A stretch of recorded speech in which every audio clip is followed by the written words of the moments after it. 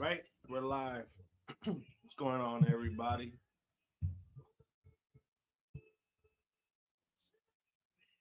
Welcome to another episode of Elite Heat, episode number 74.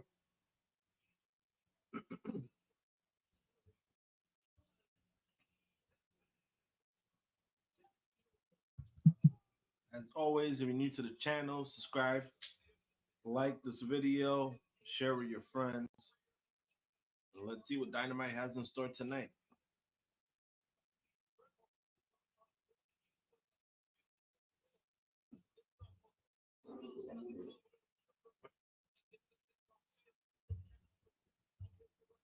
There we go.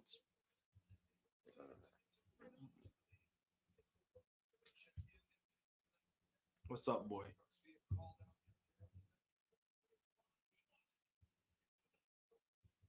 What's up, boy? What's up, boy? How you doing? How you doing? Hmm? What you said? Hmm? What you said?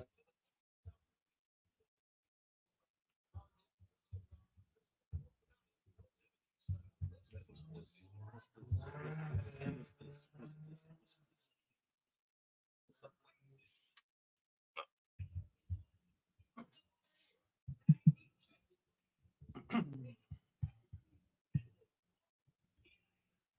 Oh, so they opened up with MJF versus Danny Garcia.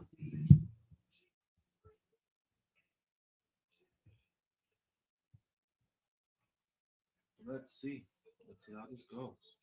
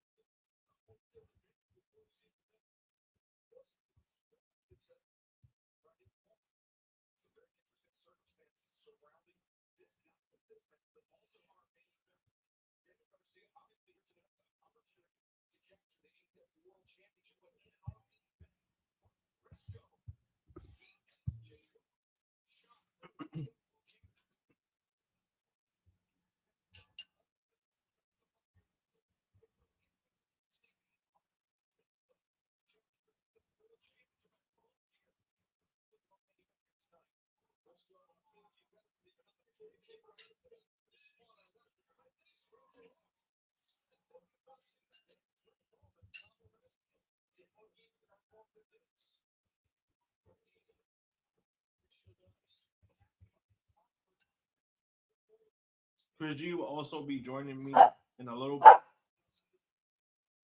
How is that not to speak now you start talking? Like, what's up with that?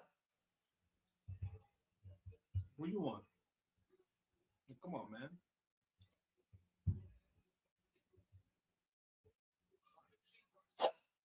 What?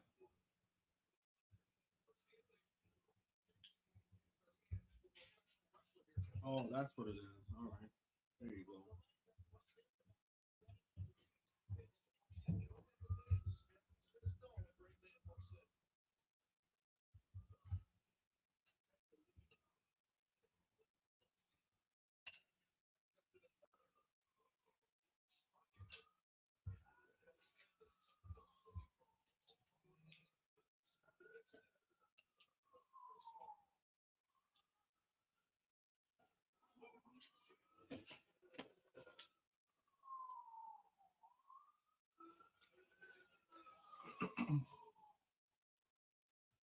Yep.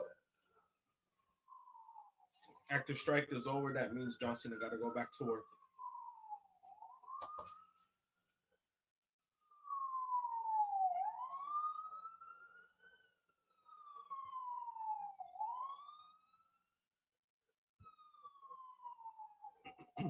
Damn, that sounds mad loud. I already finished, Prince. I don't have food. At least I don't have food again right now. Probably get more once Chris gets here.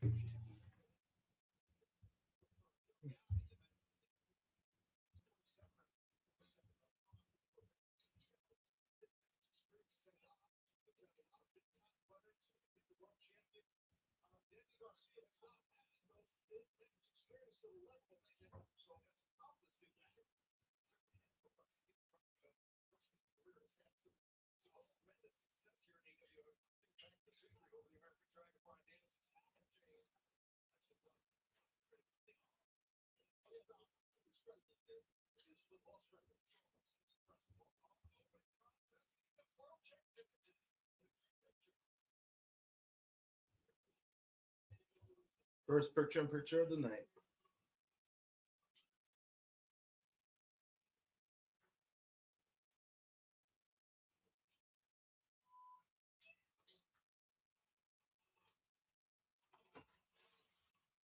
All right.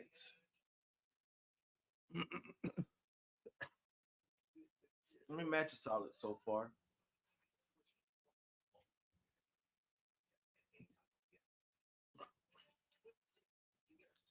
Nothing too crazy yet.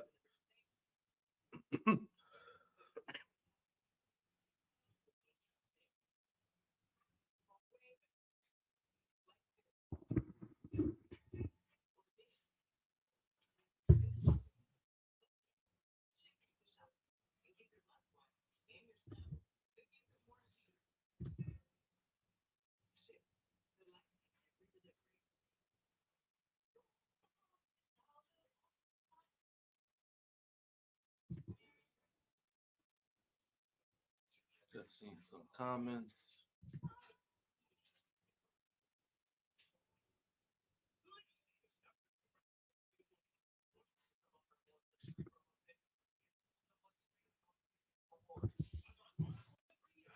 Yep.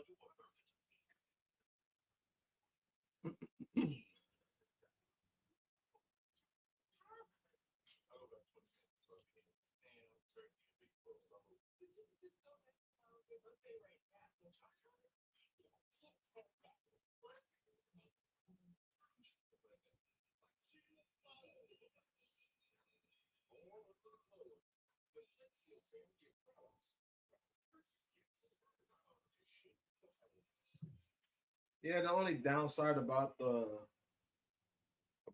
this strike is that it's only a 3-year deal, so it's a very short window for things to happen.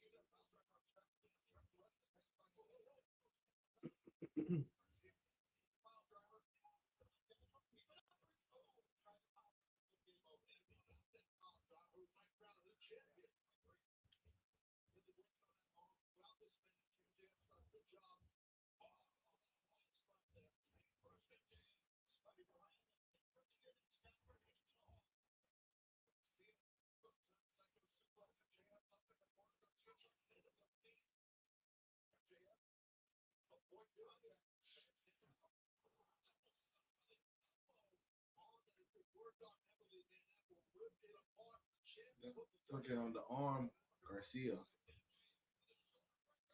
Ooh.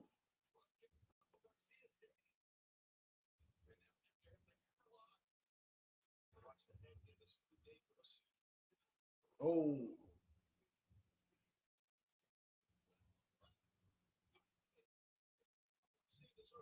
nice hammerlock DDT by MJF. Bam.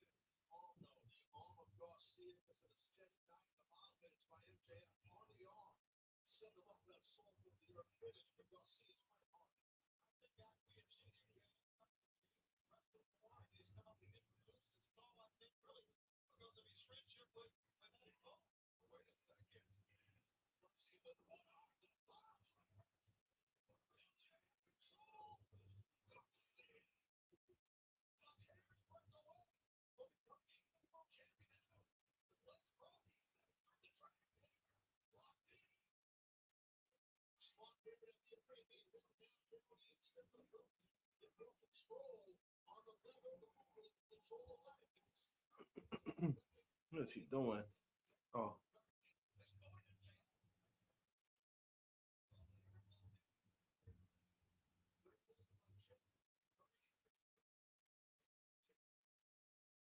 oh, all right. So MJF retains the title.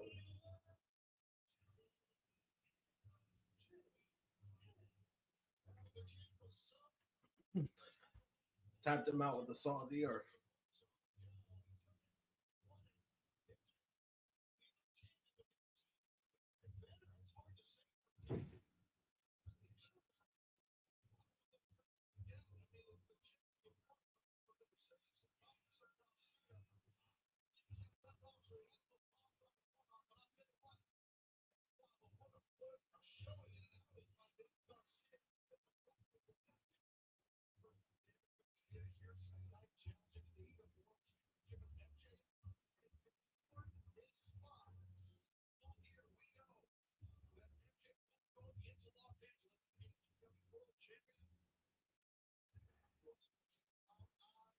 Let's see.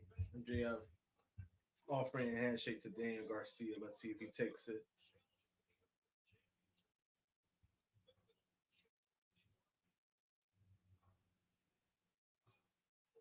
Oh,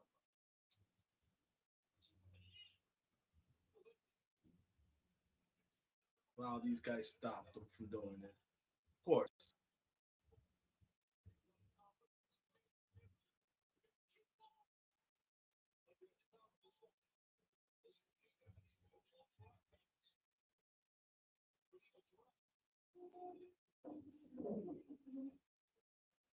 He got people to cheer for Danny.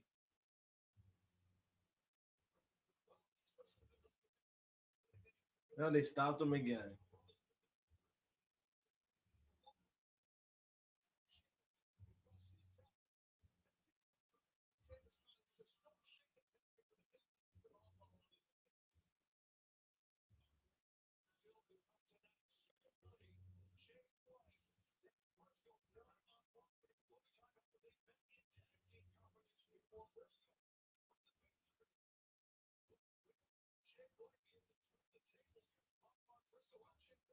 Hmm.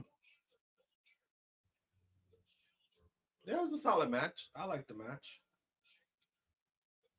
I felt they could have done a little bit more, but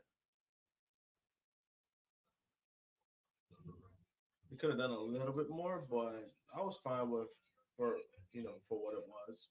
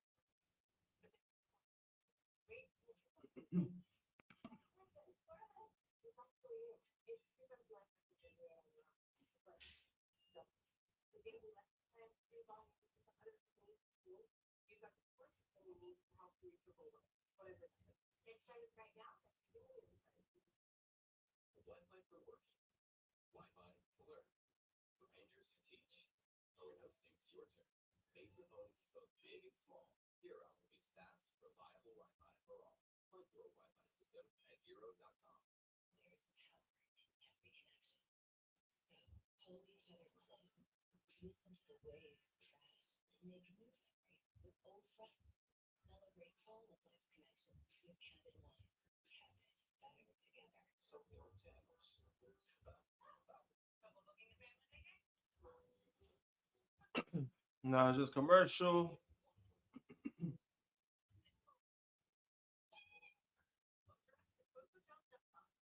Want to see what else is in store tonight? What do you think, Prince? What do you think is in store?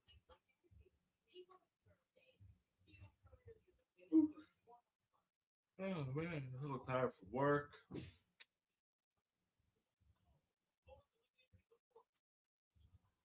Yeah.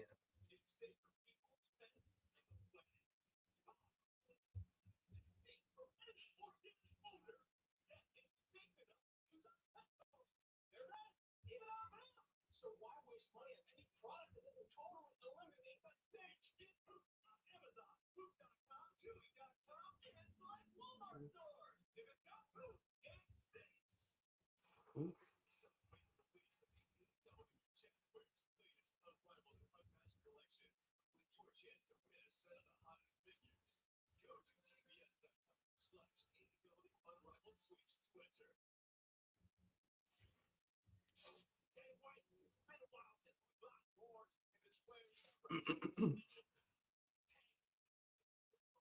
Where's Chris G at? I said he's gonna come in later. Well, I was saying that while Prince was barking. To be fair, so yeah, here he told me he's running late.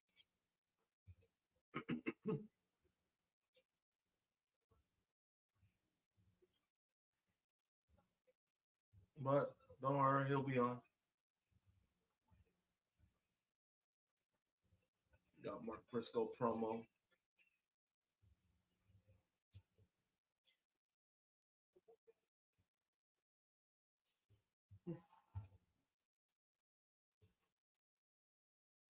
Good to see Mark back.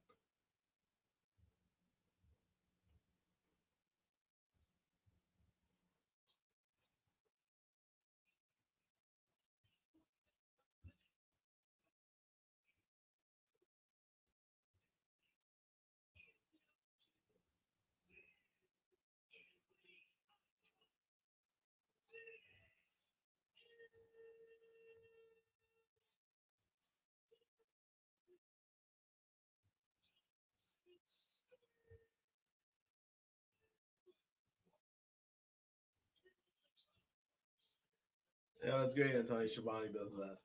It's great.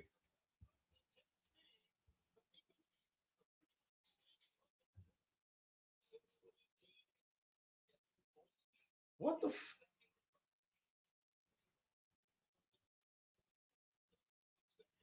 They said this is the first time Sting has wrestled. It's wrestling in Portland. It says 1989. That was the year I was born. Sheesh.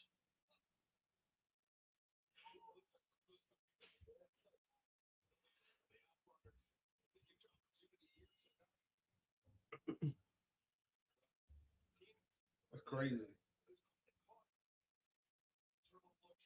Yes, just in case nobody's 30, 40 years old.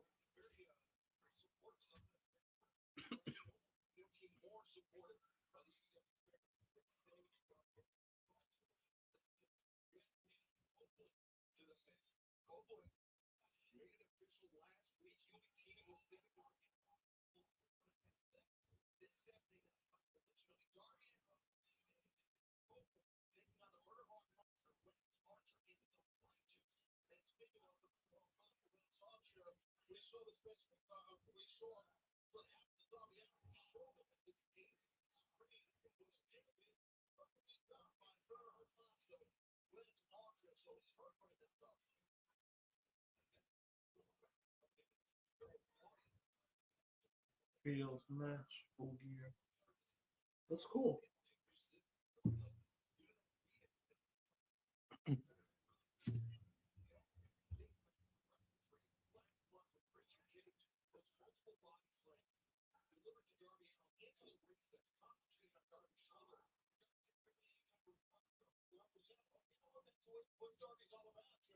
It's a long time for Sting to have a match there. Sure.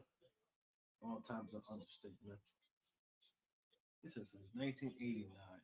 That means you got Russell in the 90s there, in the 2000s, and the 2010s. That's crazy.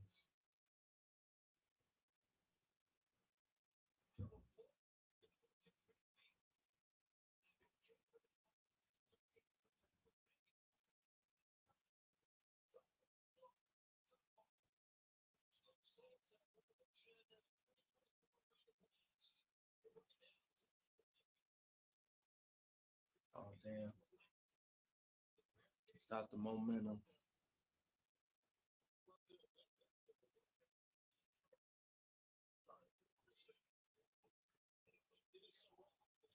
I like what Sting does that.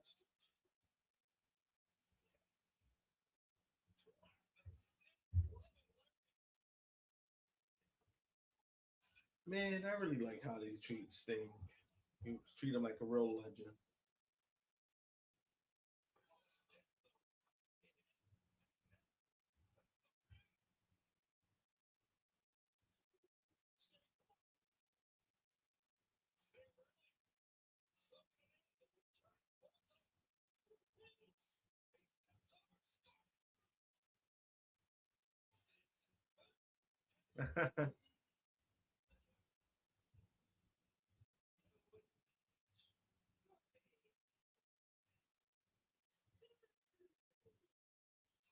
And that Sting didn't even have to take no bumps. And they got the W.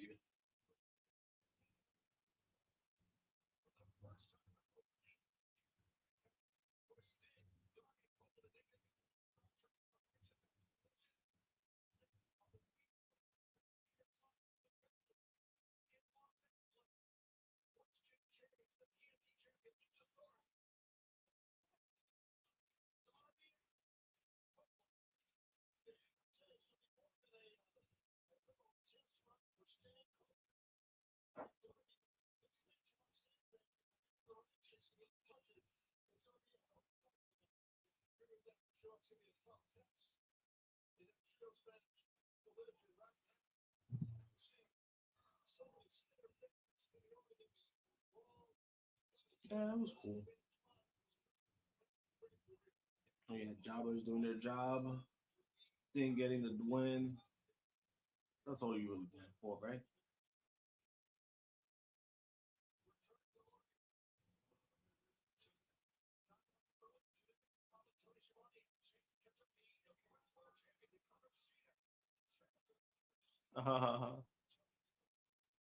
Sting is cool.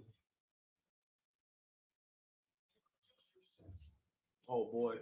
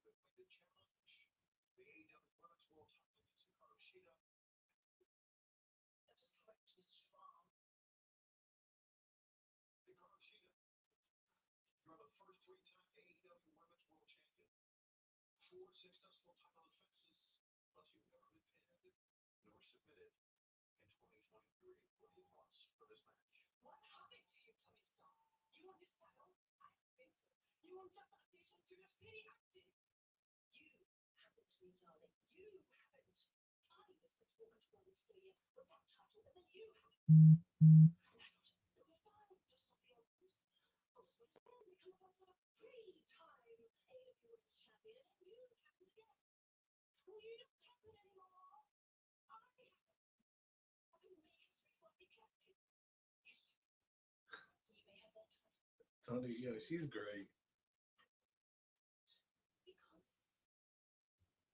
Oh.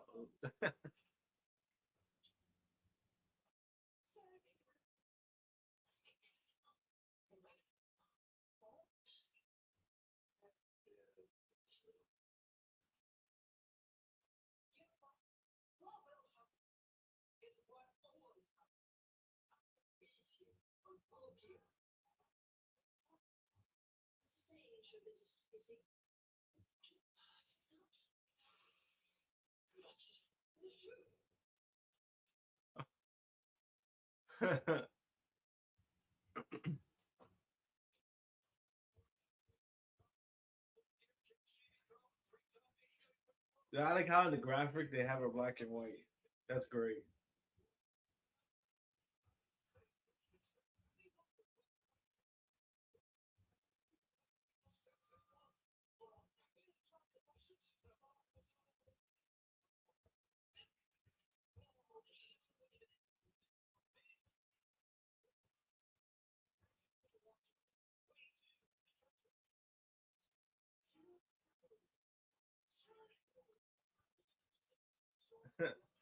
Prince Nana. The damn dance. Too funny.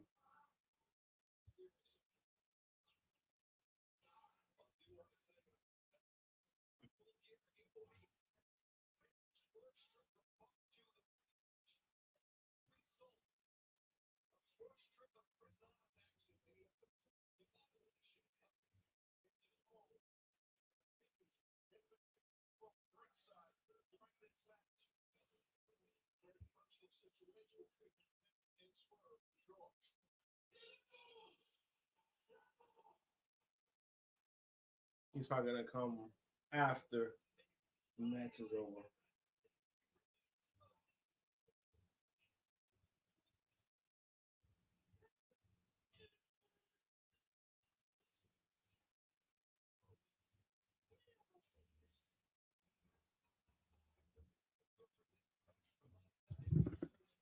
Yeah.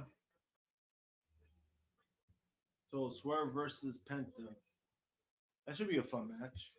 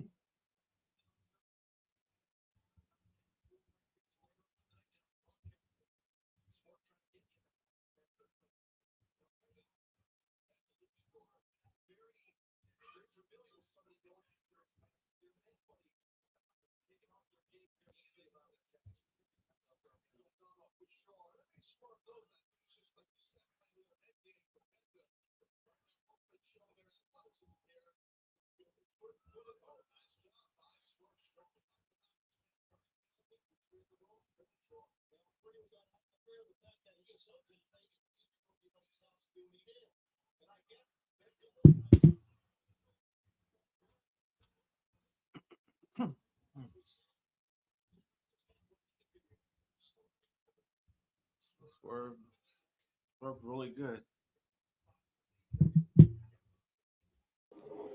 All right, I'm here. I'm here. My apologies for the tardiness, everybody. We have a little something in New York City called the MTA. It's a public transportation system, and it sucks more dick than a $2 hooker. So apologies. That's why I'm late. Damn, that shit came out of nowhere. No, that's how I feel about the MTA. There's no other way to explain this association.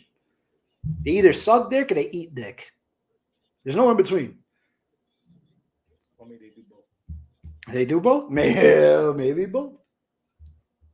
All right, what did I miss? What's going on, everybody in the chat? MJF. I missed MJF. I missed the champ. Garcia. Damn it. And then there was a squash match with Sting and Darby. Did he do the dance? Yes. Fuck. I missed the dance. It's the one thing I didn't want to miss. I missed it. Oh, Prince Nana, yeah, he did the dance. Oh, Nana. Oh, man, I missed both dances. Fuck. Oh, you mean that? Nah, he didn't do it. Oh, all right, good. I didn't miss it. Because MJF straight up asked him. He asked him, "Are we getting the entertainer, the sports entertainer, or are we getting like the professional wrestler?" So Garcia told him he was getting a wrestler tonight. So he didn't do like none of the gimmick stuff. Basically, remember how he used to be like regular, like he just was there to kick ass and then go about his business. I could get behind that. It's fine. Yeah, he was doing that, and then like after the match when MJF about to shake his hand, he was gonna do it, but then they stopped him twice. What's his name? Daddy Asshole? Daddy Magic. There we go. He said that, yeah, they both stopped him twice. So sounds about right. We got Benta and Swerve. Yeah. Lucha Underground.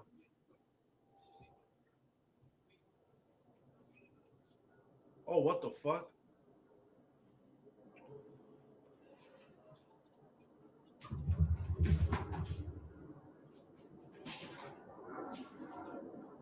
I remember the first time I saw this dude live, Swerve. Mm-hmm.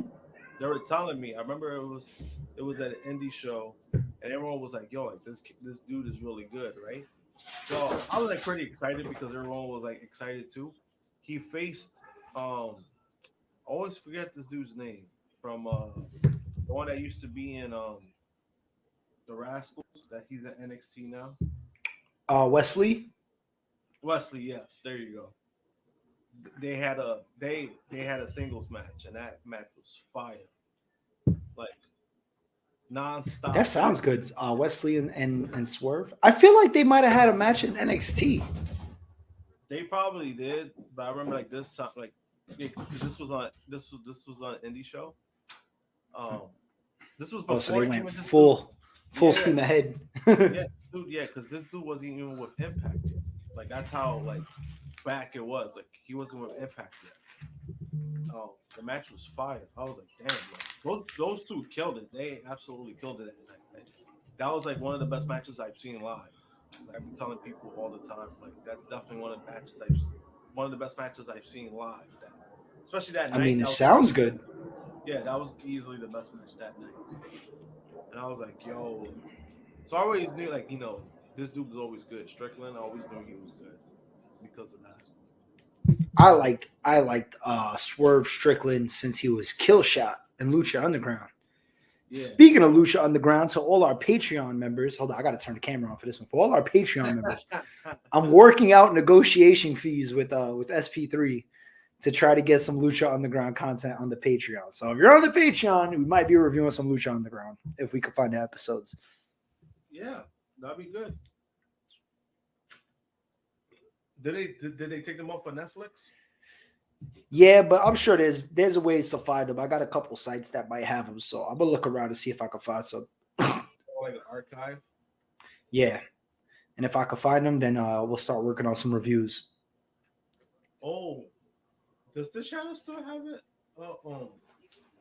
All right. Pluto TV. They still have like the option Pluto TV. Maybe I'm not too sure. It's been so long that Lucha Underground's been out, so Yeah. Well, that was because of the whole debacle of what happened with season four was supposed to happen. Everybody just wanted out of their contracts. well, yeah, because everybody fucking decided they wanted to side with that fake promotion that fucking Del Rio and Chavo, I think, were putting together, and the shit never took off. It was like Nacia fucking Mexico or some shit like that, and it never took off. Yeah. Not only that, but like the new Lucha Underground contracts, they were like so handicapped that you couldn't even do nothing. Yeah, that's true. A lot of people opted out after that third season. Prince Puma, aka Ricochet. Yeah. With him, he was already he was going on free agency. With his deal, he just had to like Lucha Underground was on the same kind of contracts thing where you couldn't compete for like 90 days. So they were kind of the same way. It was just different because of it was different for him just because it was his contract expired, but then there was an agreement that he had to wait. It was stupid just because of all the TV stuff. So he had to wait.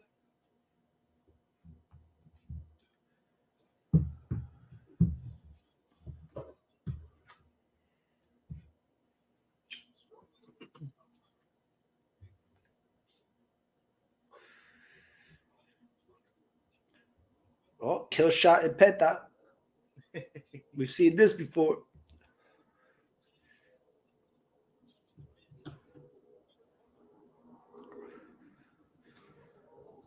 Swerve's so good, man. I can't believe WWE dropped the ball with this man. Swerve? I mean, I could believe it, but I don't know why how. Feels like they set him up for like success since he's been there, and then all of a sudden they just drop him. Oh, Swerve. I don't know, man. He was kind of in a weird spot just because, like, Well, once they brought him up to the main roster, he was in a weird spot. Yeah, you know what it was too, like, because even with Hit Row a little bit, like, I felt like it was a little detriment.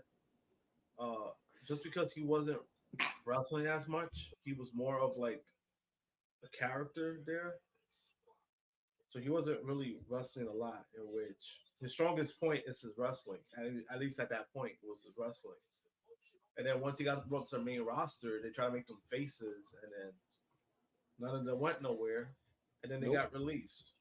So by the time Triple H got back around to signing people, Strickland was the first one gone already. Like he was, which is understandable. He was easily the best member of that group, so he was getting a job no matter. No matter Yeah, but there was no real momentum behind them. Hmm? Nobody cared about fucking Top Dollar or Ashanti Adonis, Yeah. And then if you were watching NXT, you were like, when you first seen BFAB, you were like, all right, we'll see. Maybe she got a little potential. And then you see her wrestle, and you were like, eh. Nah, it was bad. And it's crazy though. Like BFAB, I know her like personally too, and I know like for years, like being in WWE was her dream. Mm-hmm. So it was cool to see that. It was cool to see that she reached her dream. Like yeah. I mean, more power to her. Shit, I ain't mad at her, but yeah, because like because on social media, like on Instagram, I remember seeing her on Instagram, and she was like, she literally would say how she was inspired to like, she wanted to be in WWE and stuff. Like that was like her dream. Like that was her dream. And for her to still, no matter what, for her to get there, still an accomplishment. But then when you see her ring, it was like, oh, fuck. You need some more work there. At least she got there, right? Yeah, and that's what I'm saying. Like, at least, she got to reach that. That's a personal goal. A lot of people can't say they reach. She's still there, right? I think she's still employed too. So. Yeah, I don't think she got released. No, she definitely. I know Top Dollar did. There must have been something with She probably. There must have been something with Top Dollar that they just said straight up like, yeah, you gotta go. Nah, he rubbing somebody the wrong way. Michael Cole cut his ass every week on commentary. Michael Cole don't like you. You got a problem. Michael Cole don't like you. You done. But you know what it was too with Top Dollar? Top Dollar just thought he's. I think there's difference between being cocky and being confident. And I felt like he was a little too cocky for a guy. Oh, that motherfucker was cocky. Like, he thought he was wrestling Jesus. Yeah, like I felt like he was a little too cocky for a guy who's not very good. But and then at the same time, he kind of didn't know his place in the business. You know what I mean? Like the way he acts, you would think like he did something, and then all he's remembered for is flopping out of the fucking ring. Like pretty much at this point, yeah. You know what I mean? Like, so it's. But I can see where he could rub people the wrong way. He was trying to be. He was trying to be an advocate for WWE, but at the same time, he wasn't trying to kiss ass. So when you're in that middle, it's never gonna go. It's never gonna work for you. Like it's never. That's never. You either kiss full ass or you don't. Which I'm not saying. You know. You gotta be a complete ass kisser or not. Yeah. And all I'm saying is like, hey, whatever you do, you choose to do. Hey, by all means, but you can't do both. There's no way you could do both. You can't do both. Seth Rollins is a great example. That man kisses a whole lot of ass, but at the same time, he could back it up. Like he's good in the ring. Like he's good at what he does. So there's a difference. You know what I mean? Like he's definitely one of their best. He's good, but he's good. Top Dollar was terrible. Like, and he never got better. Like he lost weight and all that stuff. So you could tell he was committed. But he just never got better. And usually with WWE, they find a reason for you, when you're not getting better, that's their reason to get rid of you. Like that's their reason. Well, he's not improving, so we got to let him go.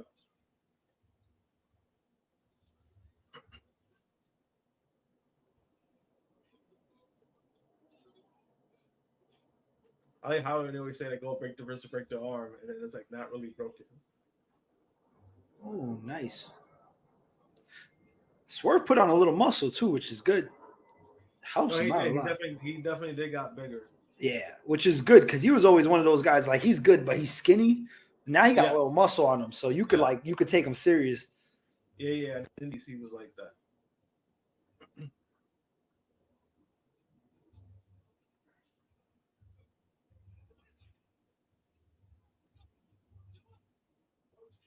I knew Paige was gonna come in. Hey, this motherfucker's shoulders ain't down. Come on. That Swerve is stupid. He set himself up for that.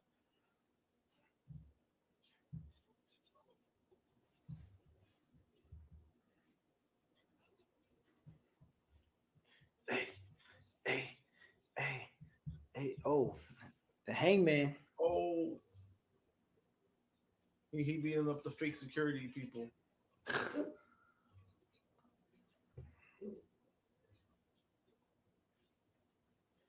Oh shit. That was a nice segue.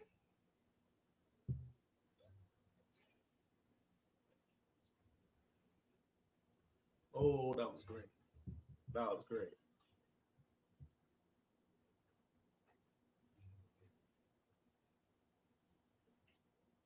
Yeah, he's supposed to be at the Wrestling Universe on the 29th of December. Swerve. So I might meet him. I might go meet him. Where at? In Queens. Wrestling Universe. Where at in Queens? I don't remember exactly where in Queens, but it's somewhere in Queens. It's let me see. Yeah, he's there. I think it's the Friday because the Saturday is the pay-per-view. So I'm most likely going. I just have to go after work and go straight there. It is Flushing, New York. Yeah, I was looking at Flushing, New York. Let me know. We'll talk off air about that. Yeah. Oh, Bullet Club Gold. My man, the Switchblade. Yeah, because I think the 17th, they have a few Japanese wrestlers. So they have like 2 Joshi True. women, and then they have Kushida. So I haven't. Nice. So I might meet Kushida. What are the other two women too?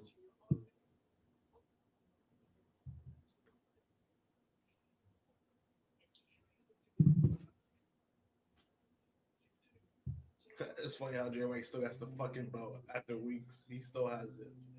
I like it though. No, I like Because it then too. MJF technically gets it back at full gear. It feels good. It's a better feel good moment. It's funny. Yeah, because at Comic Con he didn't have it. But it makes sense, right? Because MJF and Tony Khan hate each other, you know what I mean? So Tony Khan's probably like, fuck you, get your own belt back. My man Jay White just rocking with this shit. Which explains why he's been having it for the last month and a half. Yeah, maybe. But then also, I still believe that this dude he resigned last year. I still believe he signed an extension. Oh, I'm pretty sure. I'm pretty sure he came up with the whole storyline of him fake quitting and doing the extension and the big money and shit. I'm pretty sure him and Tony Khan devised that shit a while ago. Yeah. He was gone. He was gone for all those months because of the filming. Remember? Yeah. He was doing the Iron Ball, so he was gone for that reason. But I'm pretty sure, like, there's something telling me that he already signed an extension. What just the because fuck is this? Is this sleeping dog? He don't even mention. He don't even talk about the free agency no more. If you notice that. Every once in a while, he'll mention the bidding war of 2024. Like he'll mention it, but like it goes nowhere. Yeah. It goes nowhere. So I think he low key resigned too. I think MJF's the nicest person on earth, and everybody is just fucking. They love him so much that they want to protect his gimmick at all costs because he's that good. I swear. I think that's like my biggest conspiracy theory ever. Yeah, because I think it's true. I think I like because even with something like that, you can't really. It's hard to find out until like it's actually said. So you can't go into records. You know what I mean? Like you can't, as a journalist, you can't go into records and say, "Oh yeah, he resigned." Like, you can't find it. Somebody higher up will legit have to tell you, like, "Yeah, he resigned." And they're not gonna do that. No, they're not gonna do that. Even though they probably mention certain things, I just don't. They, from what I know, they usually legit, like usually don't lie. Like I got SRS when he got the scoop about Punk. Yeah, with AEW, like the first they time they got some good stooges on that side. Like when he was about to sign with them, Yeah. he apparently TK was at a show. I believe it was an Impact show, and he was just there watching. Like he was watching the show, and apparently there was a few journalists that they went up to him, they're talking to him. One person legit asked him, like right off the rip, "Oh, did you guys sign CM Punk?" And Tony Khan said no, right? Because that was the truth. They didn't sign him. SRS got some information from somebody who's very close to TK, and they advised them, "Oh, don't ask him about it.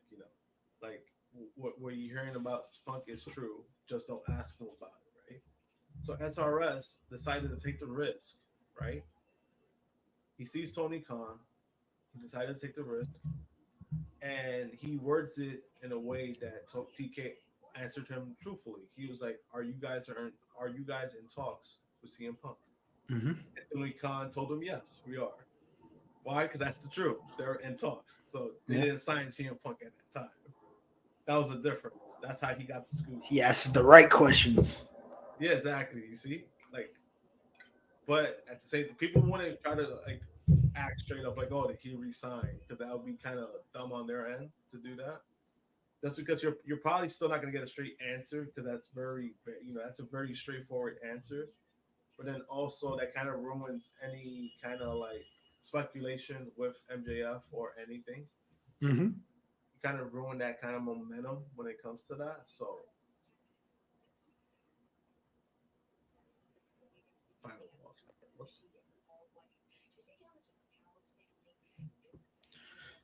Shout out to the Knicks up at halftime. 61, 65, 51. I'm sorry. Against Wembanyama and the Spurs.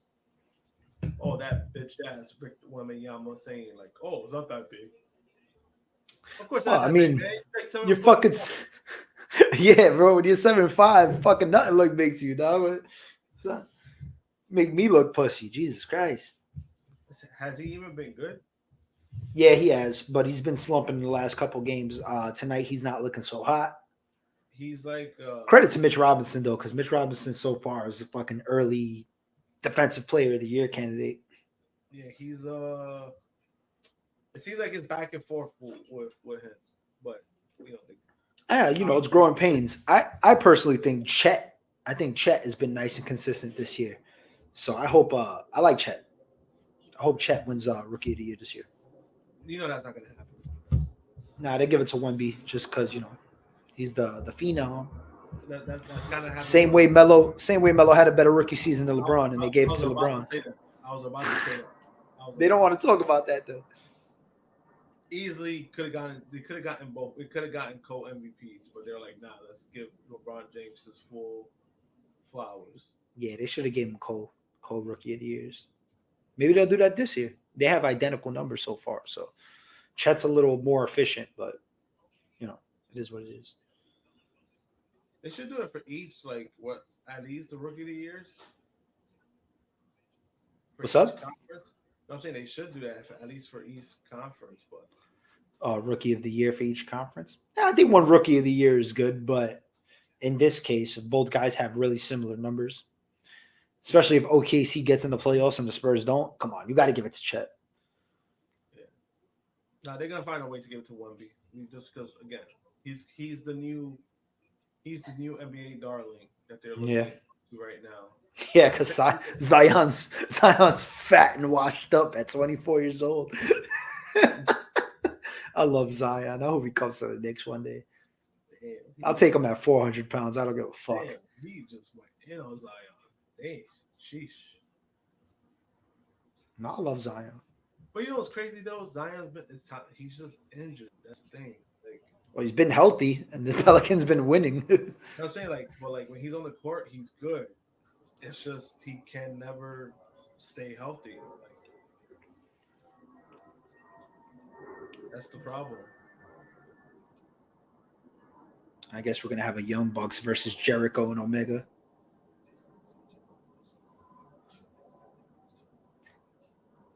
The Young Bucks versus the Winnipeg's best.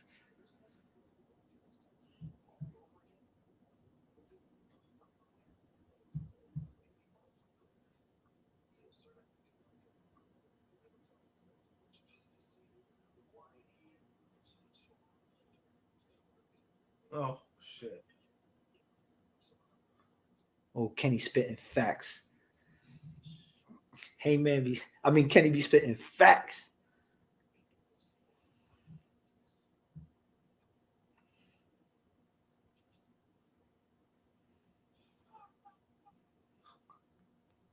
Damn. Every week, Jericho looks more and more like Mickey Rourke and the wrestler. Oh. I love Jericho. Minus the sex orgies and drugs. Yeah, minus all the negatives.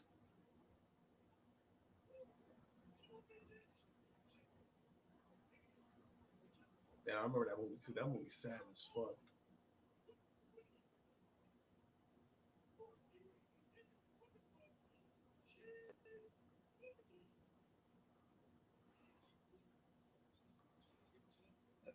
Oh man, I feel like I haven't seen fucking Keith Lee since I was doing Wednesday Night Warriors. That's funny. Well, they've been showing him on Collision. Oh, you're trying to build him back up then? Yeah. He was shown a few times on Collision. They're doing like promos and shit because he was wearing the One Piece Luffy Gear 5 sweater. So I was like, yo, I gotta get that hoodie. Oh, it's his birthday. Happy birthday, Keith Lee.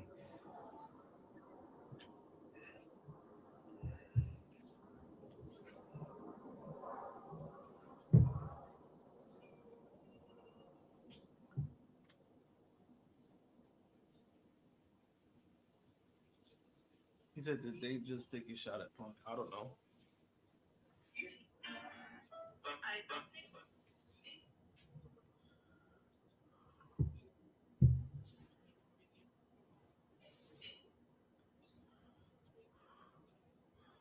Oh, did you hear the actor Samoa strike Joe. is over? So that means Samoa Joe probably gonna be shooting Twisted Metal next year. Ooh, I can't wait for season 2. Yeah, season 1 was great. It grew on me. I like the first couple episodes were kind of No, I like was it was telling a everybody. feeling process. Yeah. I was telling everybody. I was like, yo, like you guys got to stick the course. You got to see like what's the big payoff. Because I think what it was that everybody expected the tournament aspect of it, Uh-huh. but I actually like the approach. I actually like the approach, like to build up The something. slow burn, right? Building Yeah, up to it. slow burn kind of story. Because remember, Twisted Metal, they usually really don't have a story. Like the characters themselves have backstories, but there's no real story to like. Oh yeah, this is why we're getting like these drivers to be in Mm-hmm. the tournament and the show. It kind of gives you a reason, but then also gives you familiarity with some of the drivers that they do pick, like Preacher, uh, Yeah. the girl. So like some of the characters you got familiar Sweet with, Tooth, Sweet Tooth, obviously. yeah. So like some of the characters you got familiar with. I Is got that not the perfect combo? yeah. Samoa Joe and Will Arnett? You know it's funny. Some people were like, oh, why? What it was too was that a lot of people were asking me like, oh, like I wonder why they did that. Well, Joe could talk, or Joe could do this. I'm like, yeah, but it's different between cutting promos. When you're cutting promos and doing stuff like that. Now, granted, Samoa Joe does do voice acting, um, but he does it for like a smaller scale. Like he did for Transformers. Mhm. He did it for Suicide Squad. He was King Shark in the King Suicide Shark, Squad. yeah. But somebody like Sweet Tooth, you need that person that could balance out the dark comedy With range. You need somebody yeah, with range that yep, could perfect the dark humor, which yes, happens to be the voice of BoJack Horseman, which is one of the darkest, funniest shows I've ever seen in my life. yep, So it's a exactly. perfect fit. Yeah, and that's why I thought it was great. I was like, but then also what made it great too was that like the way that Samoa Joe was like moving around, you wouldn't even think it's two people. That's what made it great. True. Like you wouldn't Yeah. you wouldn't even think it was like two different people playing Sweet Tooth. So they did that great. But that No, I last did it really episode good. though, I was like, holy shit, like that's what got me excited for season 2. I was like, Oh holy yeah. The shit. whole introduction of Calypso and stuff. Definitely Yeah, I was excited. like, holy shit. I was like, this is I what we love it. needed. Twisted Metal 2 is one of my favorite games of all time because I used to play it as a kid a lot. And then Twisted Metal Black is a classic for PS2. Oh So. yeah. And that was And then you got Twisted Metal 1 and 3 and 4 in between, which are all good too and fun. But 2 and Black definitely hit the hardest for me. yeah, I would say the same. Yeah. Black and then the other one wasn't bad. Like the remake they had for the PS4, that one wasn't bad. I've never, excuse me, I never played it. That one wasn't bad, but that one kind of that one kind of leaned more to like the Twisted Metal Black kind of thing. Okay. But there was more so like how they had like the stories and they had like this one they kind of use like real people, they use like real actors. So Oh, got it. it's a little bit That's different. weird. Yeah, it's a little bit different on that aspect, like the story wise. But the story wise is more like I would say is more darker, just because you see it, you get to see like what's going on. But yeah, that one wasn't bad either. And the series, they were talking about the series, like everything in the first season. It's not even like based off of one game. It's based off of all the games. Yeah, there's like little Easter eggs from all of them. My The favorite part Hearst. the part I marked out for was the preacher story because I was Yeah. like, yo, that's exactly what he did in Twisted Metal Black. When Yeah. he talked about the church.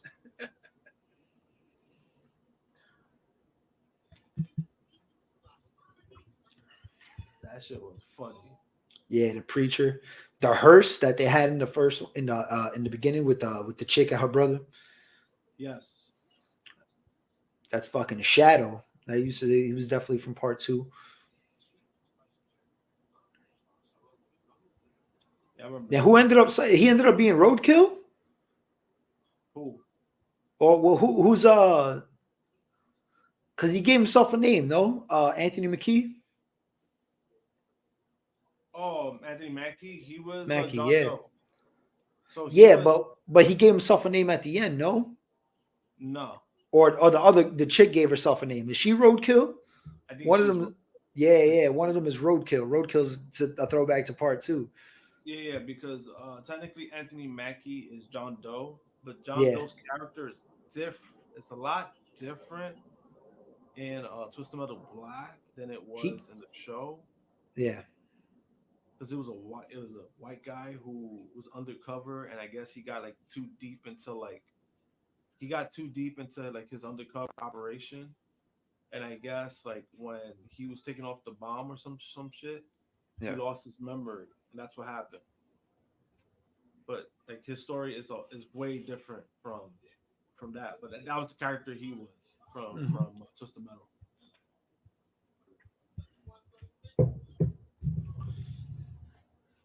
I was like, damn, Anthony Mackie, they got you being a white skinhead.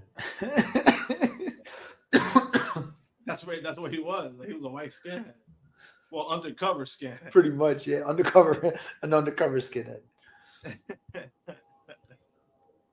Never want to be an undercover skinhead. One job I'm leaving off of my resume.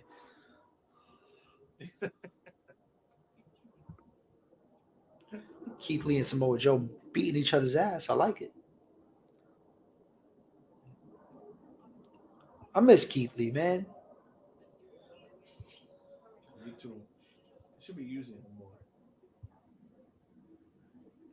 He was another one. Like the first time I saw live, yo, I couldn't believe the shit he was doing. Like this big motherfucker moving that fast. Yeah, I was. It was the Progress show in Queens.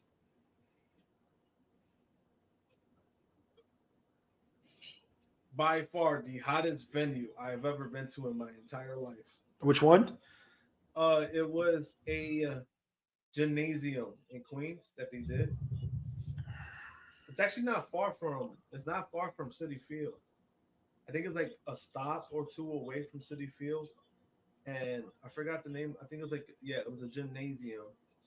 And but what happened was that the fucking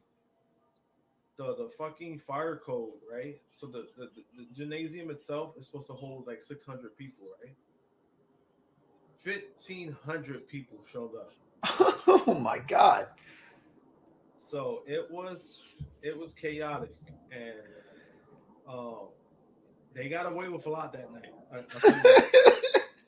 They got away. Like plenty fines were paid that night. No. They're lucky. That's what I'm saying. Like They got away with it. All right, nice. Yeah. Because for example, if the New York Athletics Commission was there that night, that show would have been shut down. Oof. I'll tell you that much.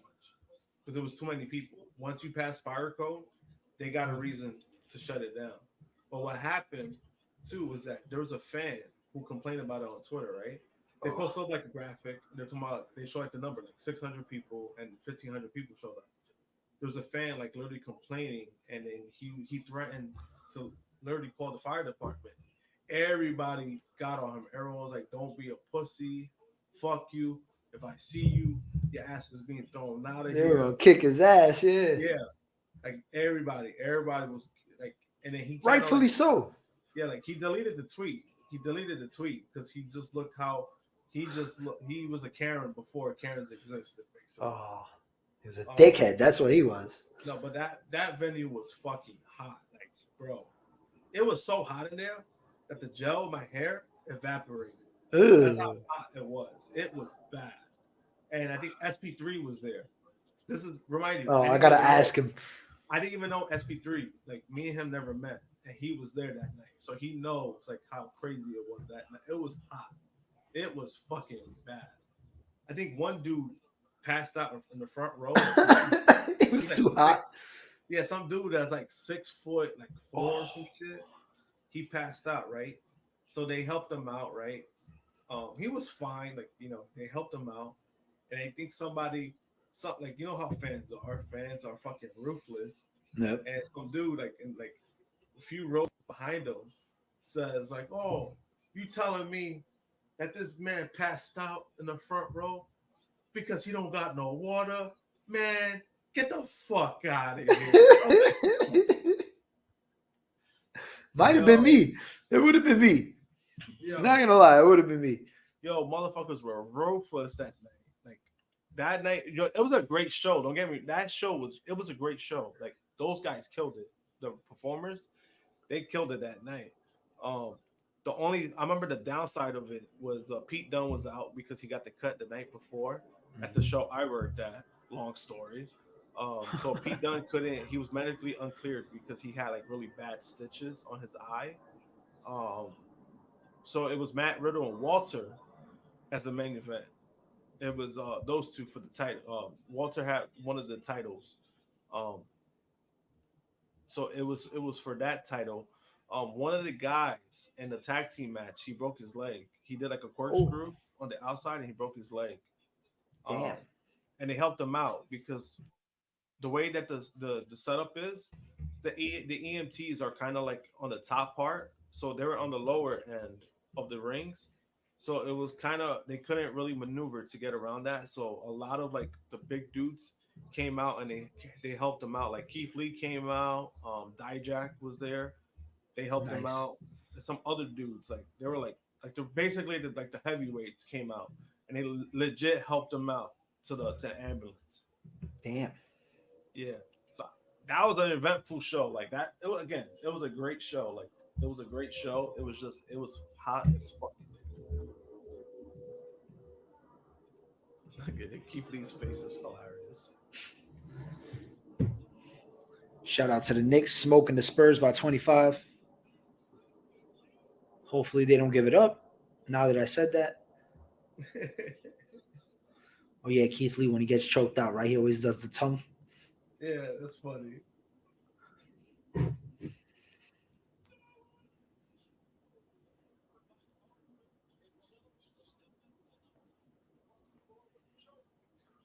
That was great.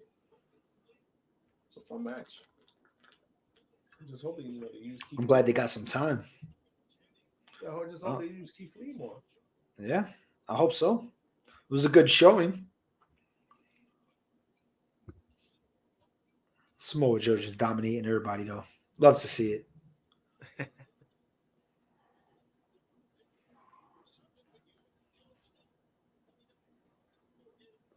Oh yeah, that too. And Cole was telling him about. He was like he should pick Samoa Joe.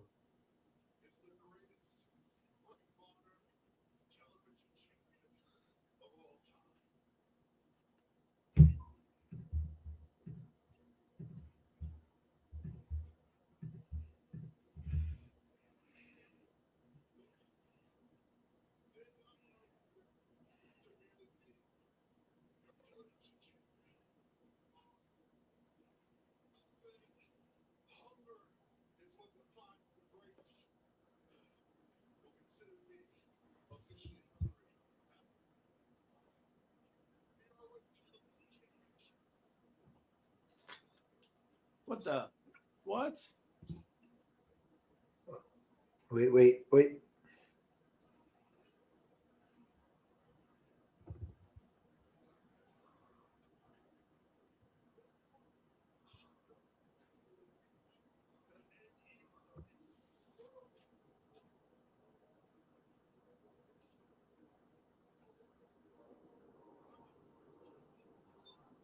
This man broke this. He broke the record and then vacated the title. Why didn't it? Well, I kind of understand why. Because my thing is like, why didn't you just have Keith Lee just win the goddamn belt? But then Word. but then I kind of understand because you got to keep Joe strong. But you know, people are gonna complain about it. They're gonna find a way to complain about that. I mean, I don't mind it because now you could do something for that. You could have a nice little ladder match. You could do a tournament, maybe a battle royal. You got options. Yeah, you know, people are gonna find a way to be upset about it. Oh yeah, everybody's gonna win. Yeah, Oh, yeah, you gonna cry? Where is it? You gonna cry? yeah. Look, Because but even Joe's not in a position to like he can't be taking L's right I don't now. know. That's Oh, just really Samoa Joe vacated the TV title. What, you gonna cry? No? No, go ahead, cry. Let me see you. Let me see you cry. Yeah, go ahead, fucking cry about it.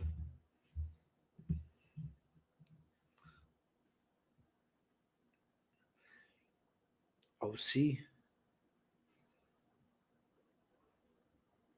about to lose the belt again. he might retain it. I think he might retain it too, but I hope Mox wins it back. It would kind of weird just because it's like, bro, like OC, like if he loses again to Mox if he loses the title again to Mox for the same thing, I don't know. It's gonna look kind of ugly. Well, they're building it as OC versus Mox 2, right? So maybe he retains and then Mox Yeah. wins the third one. Yeah, if you do like that, I'll be fine with. I wouldn't mind either. Just because you have a reason to be 1-1. No.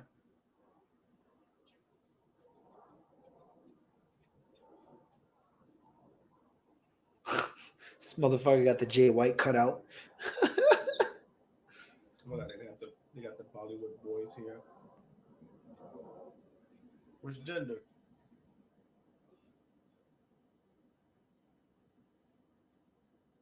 I forgot. He's still on the contract. I actually like Billy Gunn's kids.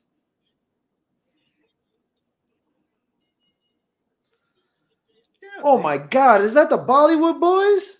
Yeah. Hey! Like, where's Gender? No yeah, that's crazy. They were in GCW. They were getting the ass whooped everywhere. Exactly.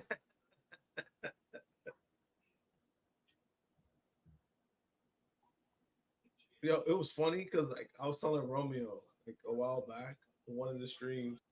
He didn't know it was true or not. When I was telling him about Gender, I was like, yo, like you know that's not even like his real accent, right? He was like, it's not. I was like, yo, he speaks regular fucking English. Jinder Oh my Mahal? god, really? I've heard him on fucking commercials and shit. He speaks great. He's like a regular fucking man. Yeah, he was doing like the prep. I think it was like the prep meal shit. Like he was doing the Yeah. prep meal shit. He was like, hey guys, I use this all the time. It's amazing. Oh, Bollywood boys got fucking flubbed. Didn't stand a chance. And also the gun. They got squashed by the guns.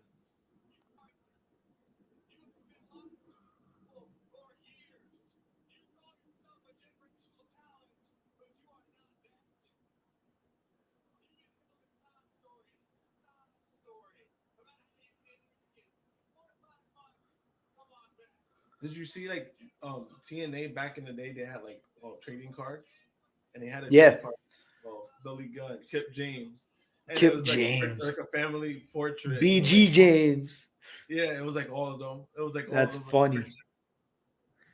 Kip James. And they were that's a name I haven't heard in years. They were questioning. They're like, oh, like is this like would this count as their rookie card? The guns. They're asking if that would count as the rookie card.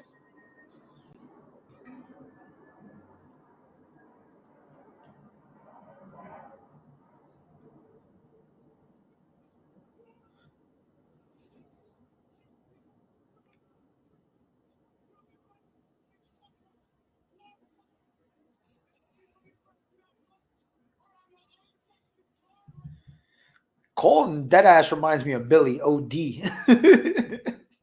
Which one? The Colton. Oh, the tall one? Yeah. Yeah, he looks more like Billy. He talks like him. Yeah, he looks more like Billy.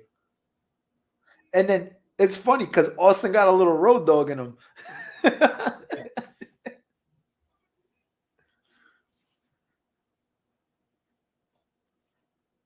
Uncle Jesse.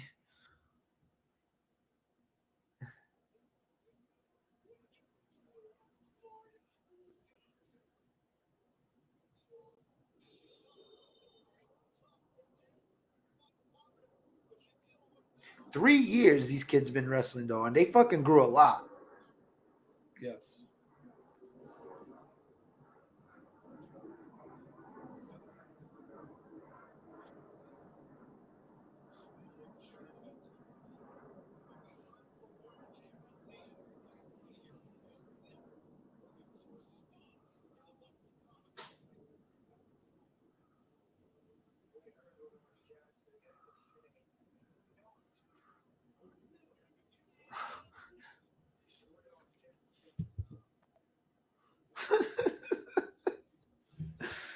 They just walk away from Samoa Joe. Like I ain't even gonna acknowledge this motherfucker. Yeah. You could tell he was like super annoyed.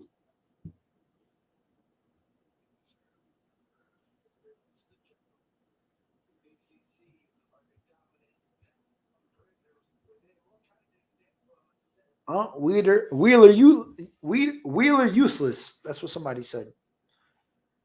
Somebody referred to him as that last week. My man Mox though. What a useless man.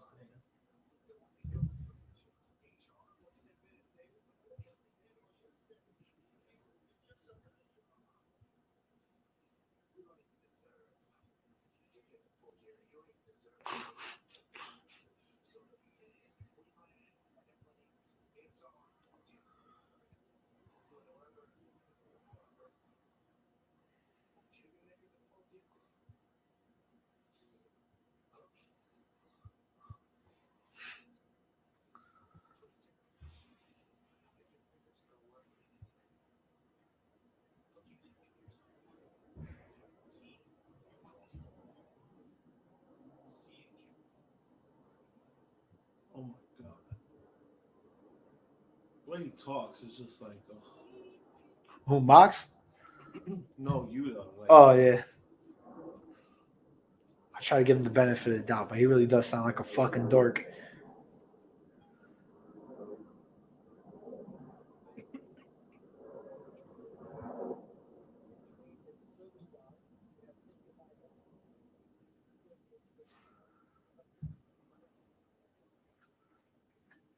Yeah, I heard Wheeler. Makes me want to get a beer. That's it. Got to re-up.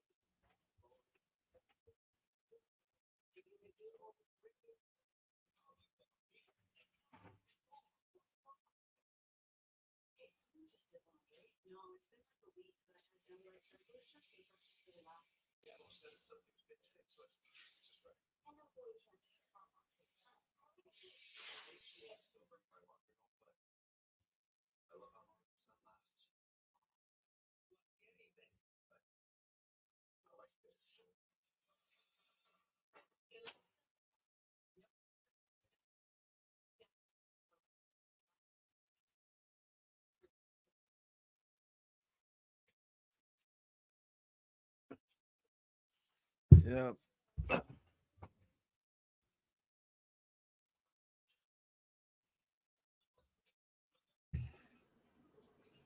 What's that? Okay, oh, what? Put the TV title on. Well, I don't think that's gonna happen, buddy.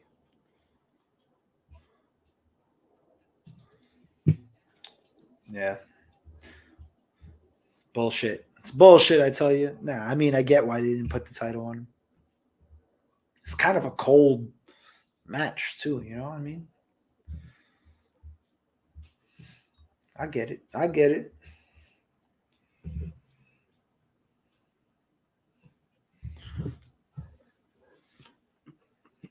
All right. So let's have a New York Knicks check. Up 27 going into the fourth. I like it. I think 27. Up 27. Yeah, these Spurs suck. RJ Barrett is leading the way with 21 points. Yeah, 7 good. for 13. My man's been killing. Yeah, Andrew Brunson is doing a public appearance tomorrow, but I was thinking about going, but I was like, you know what? I'm just gonna leave it for a while. Well, until Sunday.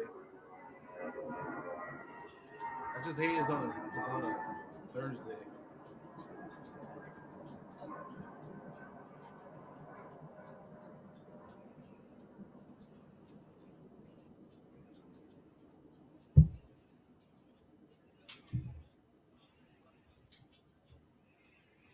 Oh yeah. Oh my god.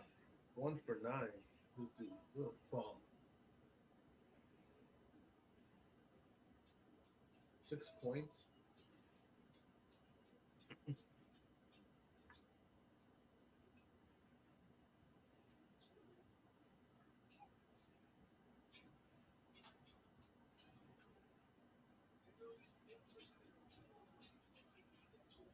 6 points. What a bum.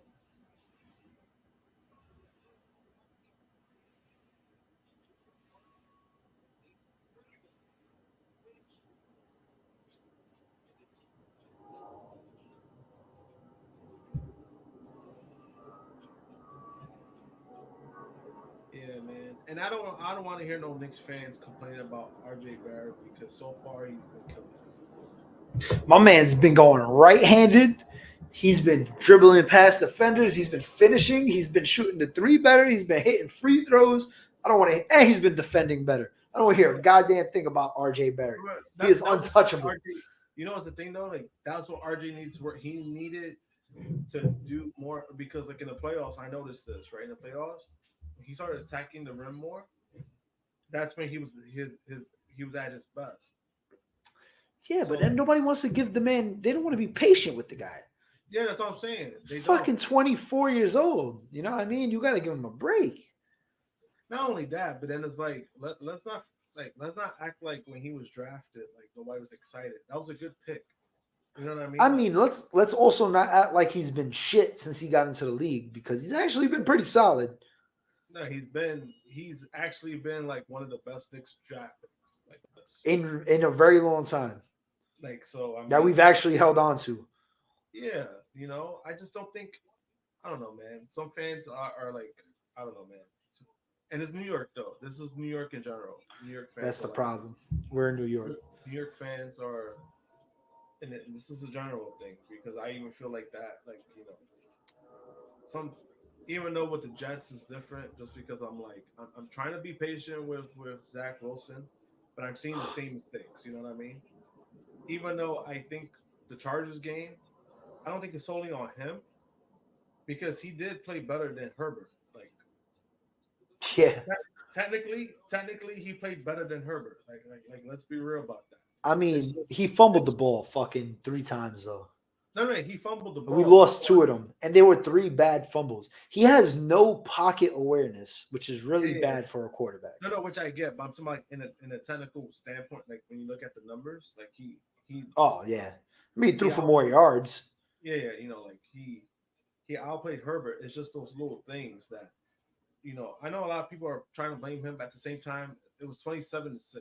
You know what I mean? Like, it wasn't solely on him. But I get 9:25, and the fucking Tony Khan finally puts the woman on. I mean, he always does that though.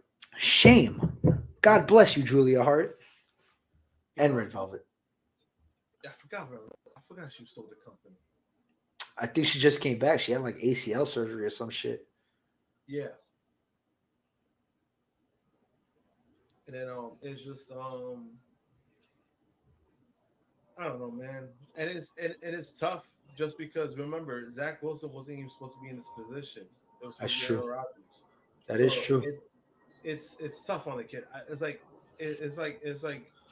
I get the criticism at the same time. It's like I'm trying to give the kid a pass just because he's put in a position where he's replacing Aaron fucking Rodgers. You know what I mean? Like it's not easy.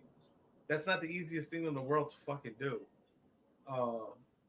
Then you have, you know, fortunately Daniel Jones got injured. He's out for the season.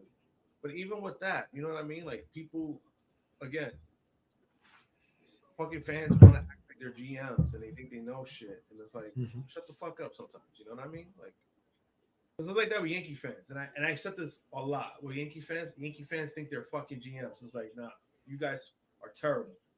there's a lot of takes that I hear from Yankee fans, and it's like, oh my god, like, thank God you're not a GM because you're fucking awful. Like some of the dumb shit I be hearing, it's like, oh my god, why? Like the whole thing with John Carlo, right? They want fans to like, oh, trade Stan for Soto. Oh yeah, sure. Let's trade the guy that has a no fucking trade clause, just so just so he could turn down the trade. That's awesome. Thank you, because he didn't do that before. Right? Like, get the fuck, bro. It's fucking crazy sometimes.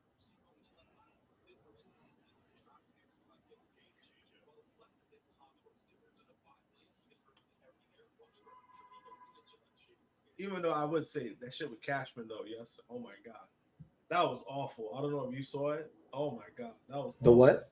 The Cashman? Oh, I think Oh, we're pretty fucking good. He was going crazy. bro, it was a fucking. I'm like, I get, believe me, I get where what he was doing. He was trying to defend like his work. He's defending his team. I get it. At the same time, bro, you got to be honest with yourself. Like the team went 82 and 80. Like this is not what they expected. Like let's be fucking real. Like, and I get it. Injuries happen, you know. And I would say that the biggest one was the Judge. That was the biggest injury that happened Yeah, for sure.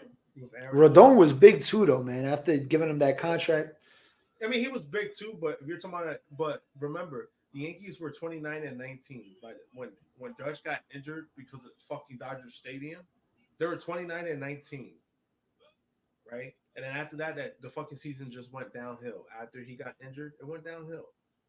But it's just the way he went about it. I don't know. It was just super defensive. mm-hmm.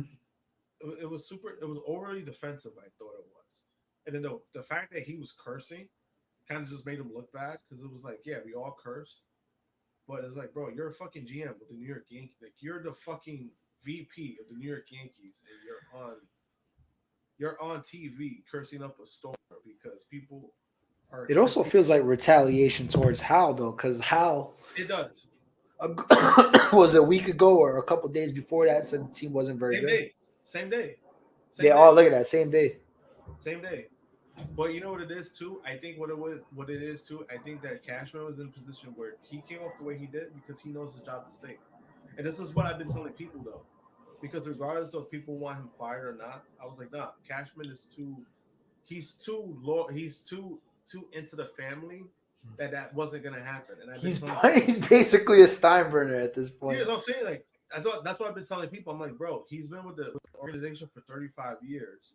Yeah. And he's one of the closest members of like that family. I'm like, so this is what I've been telling people. I'm like, yo, like that, it's not gonna happen. One, because of that, but then two, his stock is pretty high as a GM, regardless of his decision making the last couple of years. Somebody will hire him right away.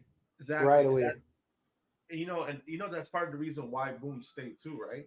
Because the Yankees know for a fact if they decided to fire Boone, Boone is gonna get picked up right away. That means Yep. he has stock. That means he has stock around the league. That's how they usually go by with these decision makings with like GMs and managers and all this stuff. Mhm. Like that's how they go about. Like again, it's a lot different with like Buck because I think we all kind of knew Buck had a short window. Regardless, he had a Oh, short he had 3 years max. They yeah. gave him 2.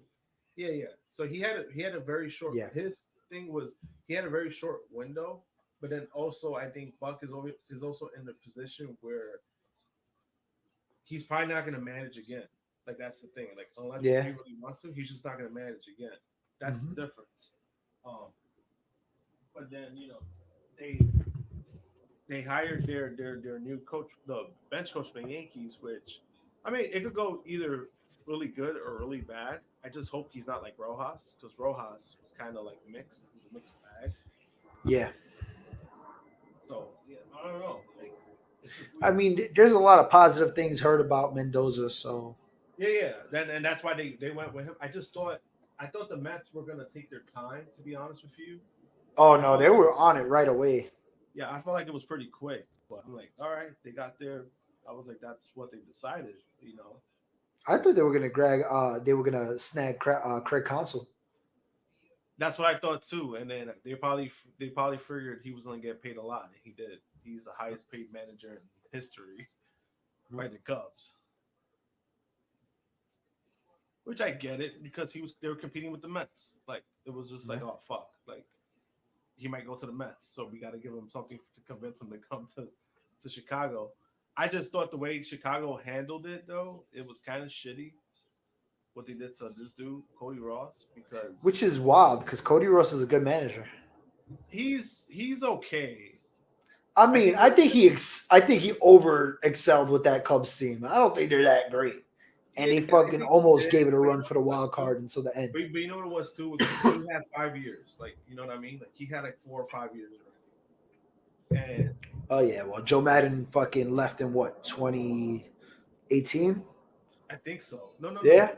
He left 2019. So he had like 4 or 5 years, but it was just the fact that this is kind of what the Cubs do. If they find that a manager is available, they're gonna go with it. They did it with Renteria. Remember, Renteria was the Cubs manager, and then once they found out Joe Madden was available, they went with Joe Madden. And let go of Renteria. Which true. I mean, hindsight, it ended up working out because he got a fucking championship. Yep. But I just thought, I don't know. I mean, apparently they did go. They had a face-to-face meeting with Ross. Like they went to his house and they told him like what they were doing, like the direction they're going. But it was just the fact that you had the guy convinced that he was committed, he was staying, and then that happens. I just thought that was like the fucked up part. Because it was like, if you just didn't want the guy, you should have just fired him right after the fucking season finished. Like, I mean, right after the regular season finished. After game 162, he's not staying. All right, let him know he's not staying. That's what they should have done. What the hell's going on now? Make out. This fucking guy. Sky Blue probably would do it. She had an OnlyFans. You never know. Nice. Might have to go on Reddit later. Oh, Dick Statlander. She's you know she know what she's doing. She be seeing those viral moments. You know she be seeing those viral moments. She knows what she be doing.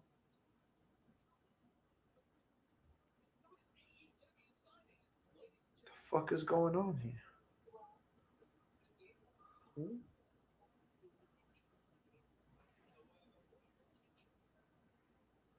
Willow just came out of nowhere to help Red Velvet. Who's this girl? She kind of looked related to Stephanie Strand.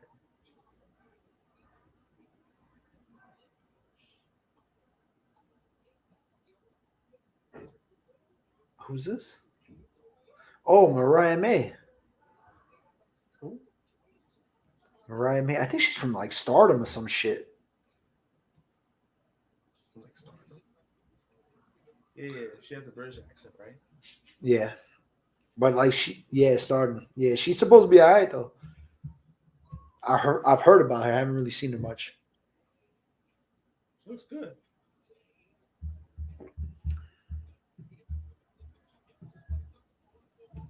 She looks good. Ooh. She's in AEW for Tony Storm. They're about to do a whole Trish Stratus, Mickey James type shit. I hope so. It'll be different because you know Tony Storm is bisexual, so. Yeah, and then she can hit you with it. Oh, that shit. I'm with it. I'm tuned in. AEW. I'm tuned in. Oh, I definitely know you tuned in.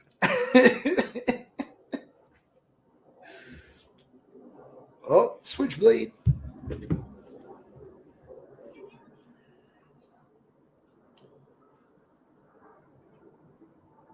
Damn, I'm pretty sure that you and Jaquan and y'all would have loved it Exotica on Saturday night.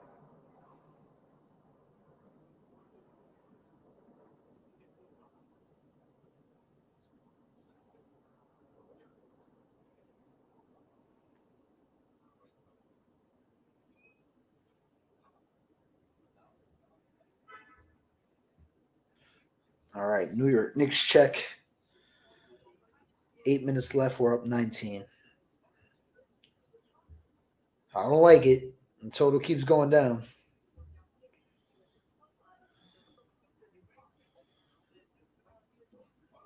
Brunson has 22. RJ has 21.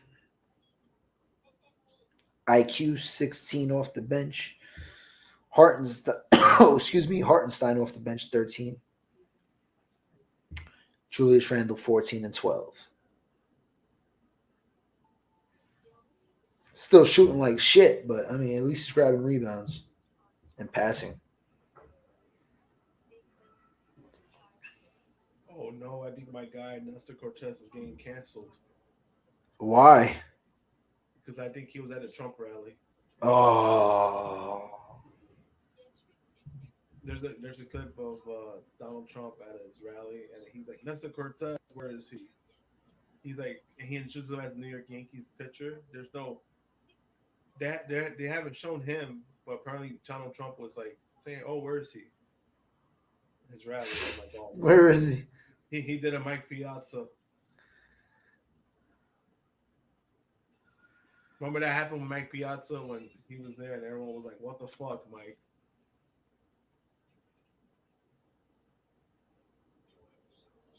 I mean, it shouldn't be surprising. I mean, all them 7-figure people stick together.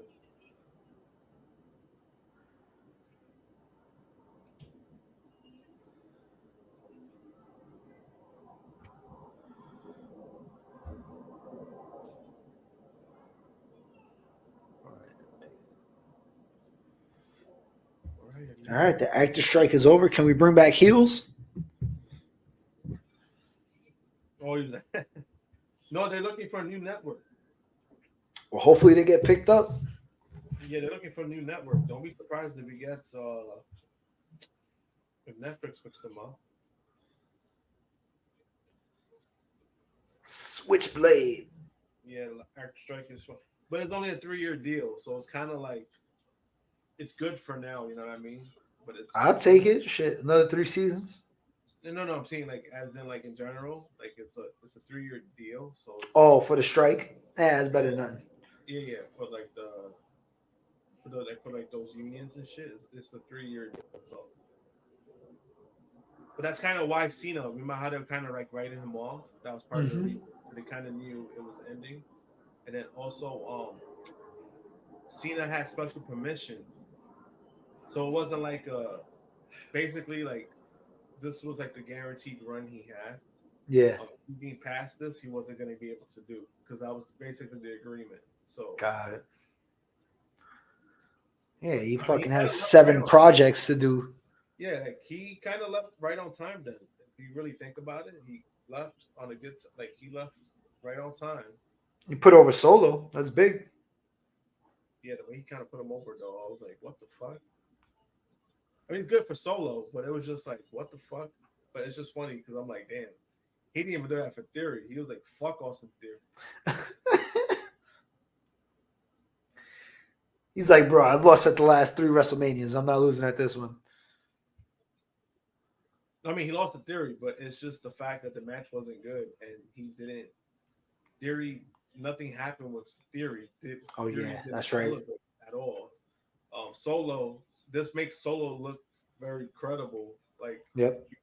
Not only you beat the former 16-time world champion, but it was the way you did it. The way he did 5 Samoan spikes, even though I've always thought that move was fucking stupid.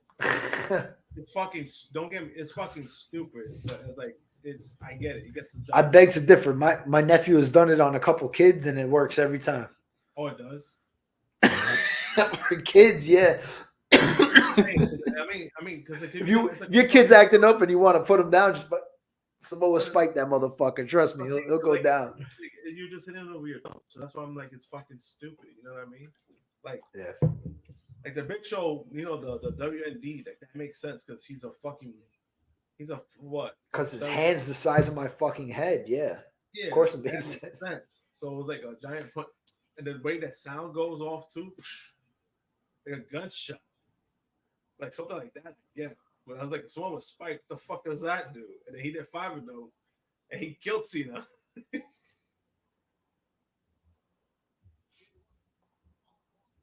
It's like, damn, you see, it could have done it for Theory. I don't know. I think I don't know. Theory must have rubbed that dude the wrong way, or whatever the case may be. Because man, you know, Cena did a way better job putting over LA Knight and Solo than he did Theory.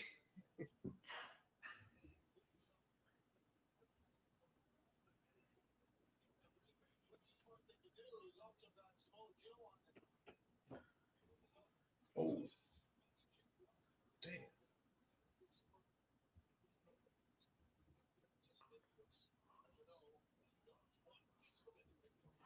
Yo, I felt bad for Mark. You saw that interview.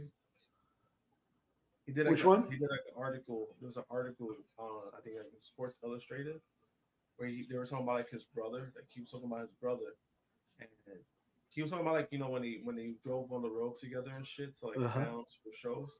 He was like that. He was like that. It doesn't hit him. It's like he was like at first it didn't hit him. Like it didn't.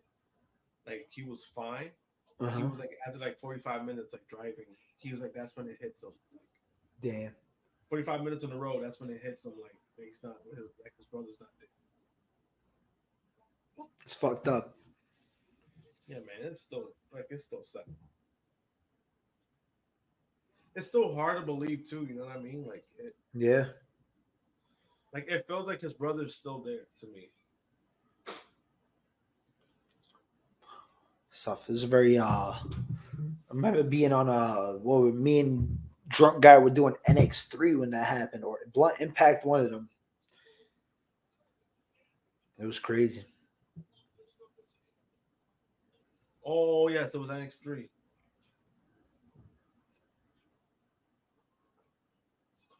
Yeah, you know. But hey, you know, Mark is a true. You know, like that man. The fact that he's still going now, man. It show you how tough that dude really is. Yo, for real. It's probably the only way he can keep going, right? Yeah.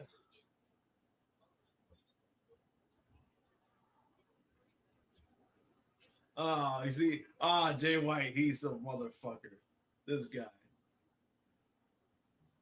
He saw that I want to shit. see the redneck kung fu. He saw that shit good.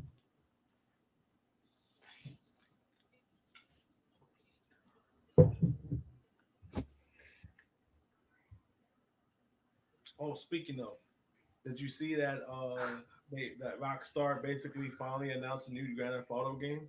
Yeah, they're gonna release the trailer in early December. It took too long, and I like how they did it like so like casual.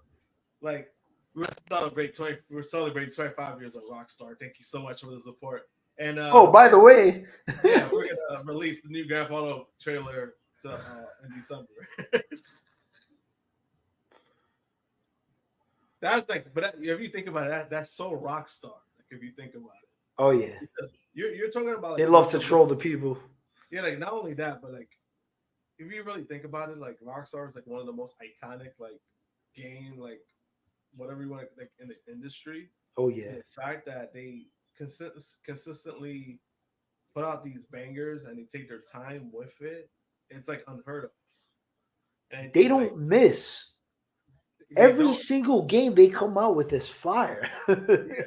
But that's why, because they take their time. Like they're not in a rush to do anything, you know. Even with all the Grand Theft Auto like releases, like all the re-releases and everything, you know, it's fine just because like, you know, that's the real, you know, keeping it going. They're not rushing out games that are like, all right, let's, you know, like on Call of Duty. I think that's why Call of Duty has like kind of like what do you call that? Not stagnated, but it's not as exciting anymore because they come out with a fucking game every year. You know what I mean?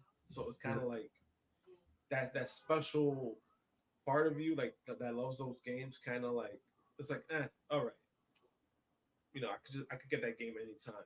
But Grand Theft Auto, the fact that we haven't gotten one in God knows how long, and the fact that it's finally coming out is like, holy shit! Like I'm excited for this.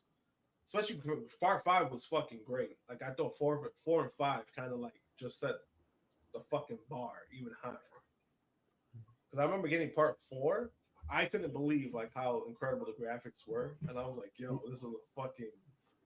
this is epic." And then fucking 5 was even better. 5 was amazing. 5 was even better. 5 was great, and then when the online dropped, it was like, "Fuck!" Even better. Like yeah. this is amazing. Yeah, it was like it was next level shit. You know what I mean? Yeah. Like they set the tone. So for them to finally come out with part 6, like that, it's fuck. They're gonna fucking Spider-Man 2 set the record. Grand Theft Auto's gonna break that record. Grand Theft Auto 100%. It's gonna break that record. But that's the reason why they do it. I was telling people because I have a buddy that works for Rockstar. So like when I used to work at Best Buy, the building in Best Buy I worked at, Rockstar was on top. Like one of their offices. Oh yeah. City is on top of Best Buy. So like I've kept in contact with him all these years, and you know like when we would talk time to time, like when I would see him in the city, like I asked him before, and I was like, "Yo, bro," like, I was just like, "Yo, you don't gotta tell me anything." But I was like, "Are you guys working on a new Grand Theft Auto?" And then all he told me was like, he told me like, all I could say is it's definitely being worked on. Just be patient. That's all. Just be patient. Yeah. So that's why I already knew. I was like, all right, it's a matter of what. It's not a matter of how or if they're gonna do it. It was a matter of when. Yeah. So I already knew what was gonna happen. It was just, but that's their strategy. Like Rockstar's strategy, they wait long because they know the upside. They're gonna make a shitload of money off of it. It's worth. Oh yeah. It's worth the wait. That's why. And then rumored after Grand Theft Auto 6 is the working and development of Bully 2, but we'll see. I don't know how true that is. Yeah, I've heard. I haven't asked him about that, but I've been hearing about, and that's like, again, it's a lot of start and stop rumors with the Bully franchise. Yeah. So yeah. And low key, if you've never played The Warriors for PlayStation 2, low key one of Rockstar's best games. Oh, I fucking love that game. The Warriors is an amazing game, and it's based off the movie. It's fucking true to the movie. It is literally, it's amazing.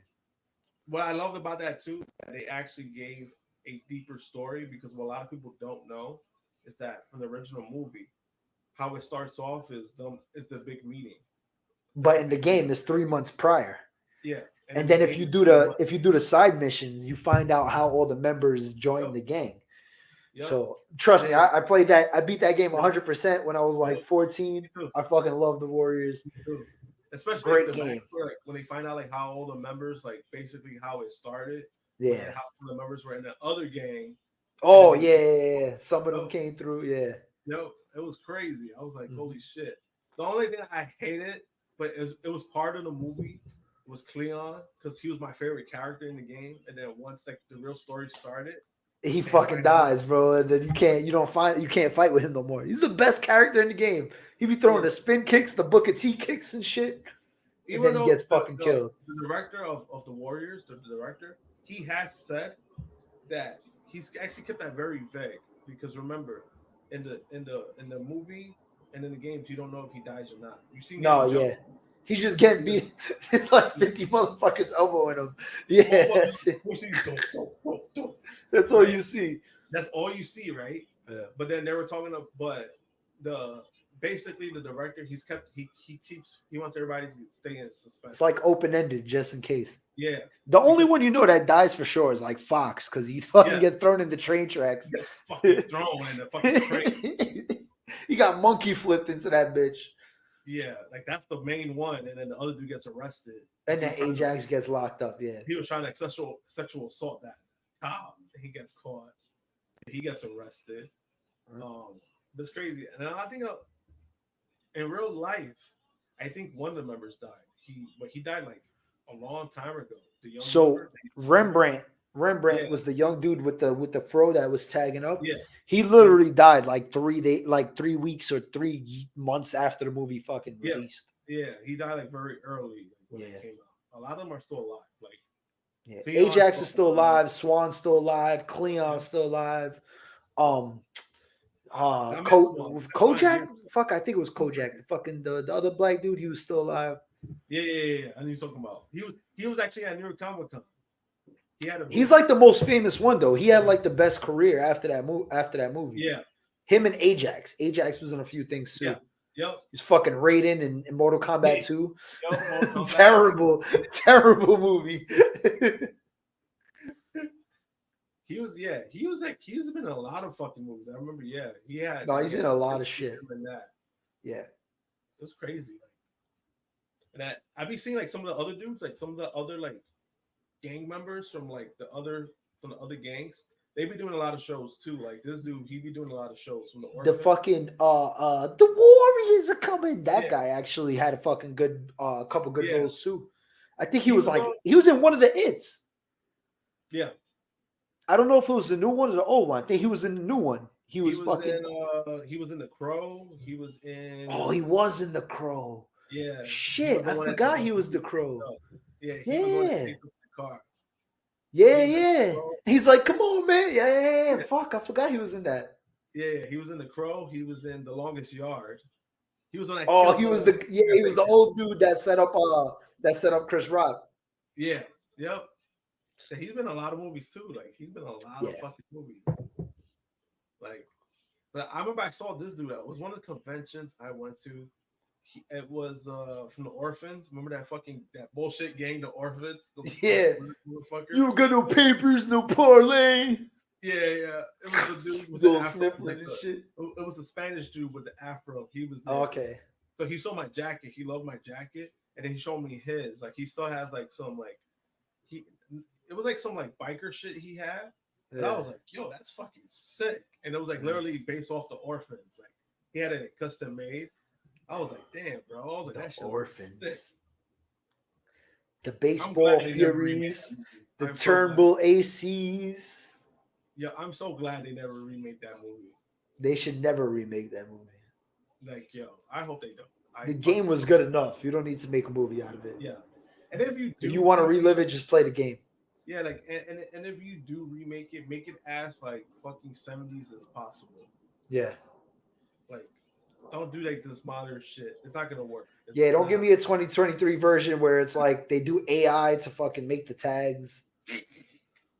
Like I'm good. Bullshit gangs that you have now. Swan is fucking non-binary. Like just don't give me the 2023 version. They turned a Cleon into an Asian. I'm good. Just keep it original.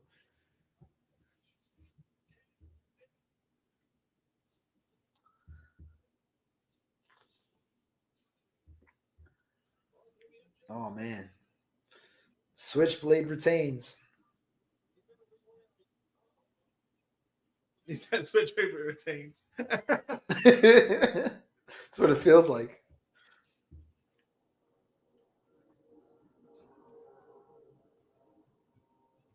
You know, Jay White, he looks like Vega from like Street Fighter.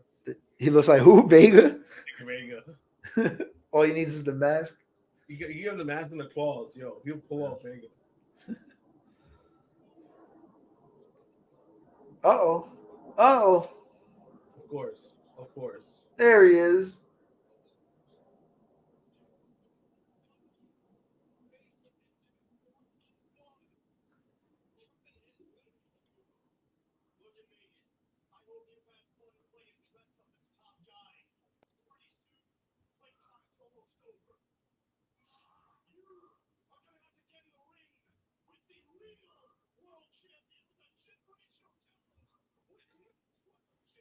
Yo, I love his sweater. Little bitch. No.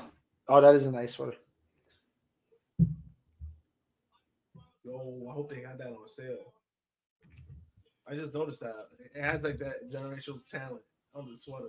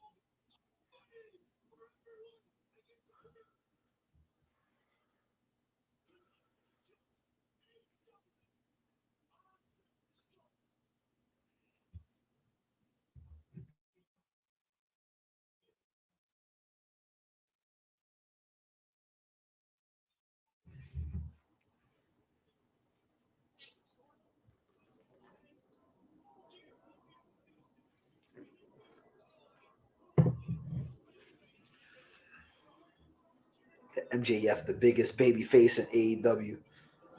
That's crazy, right? It's my scumbag. Even though he's still like kind of a piece of shit. But that's Oh yeah, but everybody accepts it. Yeah. Like he's still a piece of shit. What the fuck?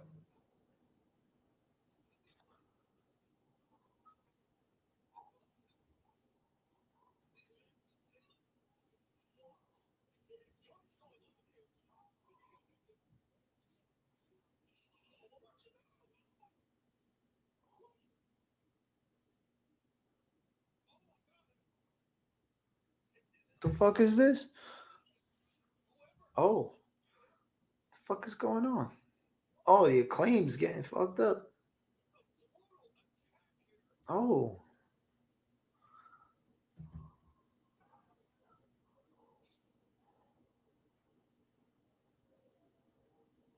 Oh, they threw this motherfucker through glass. So it's definitely, at least now they show that it's definitely not MJF.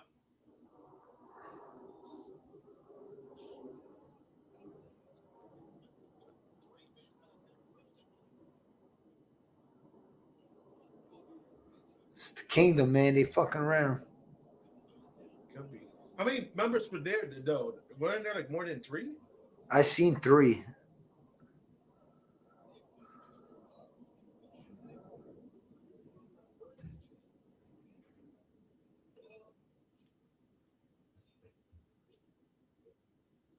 Yeah, this guy.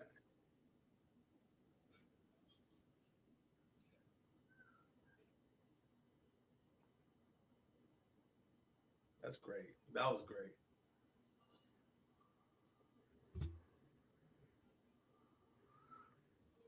I don't know. Who is it?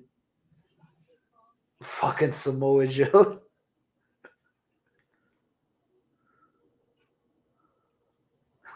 He's such a dick.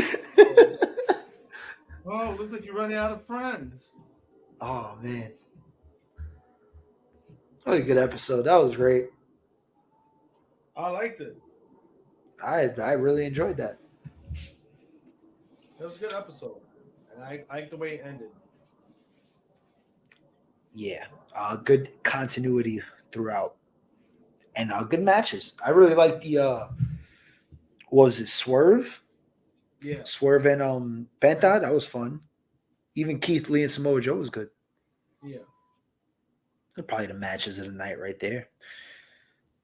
MVP. I mean, we got a lot of them. I think the Guns performed good. You know, they cut nice little promos. MJF at the end, you know. Yeah, I'm going to go with MJF. No, dogs. There's a dog in here. Oh, the Princess Sleeper. MJF. Who else? I feel like there was a few good points tonight. Toni Storm, she was funny. Yeah, I'll go with those 2. I missed Toni Storm in the beginning. But, I'm gonna say Kenny Omega for that promo. Kenny on the Bucks. Kenny was good. Ready. He was talking that shit, ready for the smoke. Shit, jabronis of the night might be the Bucks for getting sunned. Trying to start some shit, and they got sunned by Kenny. Nah, they definitely got LVP for me. The Bucks got sunned. Oh, yeah, that's going to do it for another episode of Elite Heat. We had fun, guys. Thank you for joining us. If you didn't like, subscribe, share, comment, all that good stuff already, do it now. Leave that thumbs up. We really appreciate it. It will help us out. Josh, anything to plug? You can follow me, JMPunk321 on X and Twitter. Yeah, you can follow me there. You can follow me at True Hill Chris G on Instagram. And of course, you can find me here every Wednesday night, Elite Heat with my good brother Josh. Every Thursday night on the Twitch, Blunt Impact. And we're going to fit in some gaming eventually. And on the Patreon, you can find me on the Patreon. We're going to start doing hardcore rewind. So I'm dropping that one too. We got dogs barking in the background and everything. We ain't safe anywhere. Guys, thank you for joining us. Reminder tomorrow, Jimmy Macram, SP3 live at 1:05 p.m. Eastern Standard Time. AEW Ramble 119 reviewing tonight's Dynamite as only they can.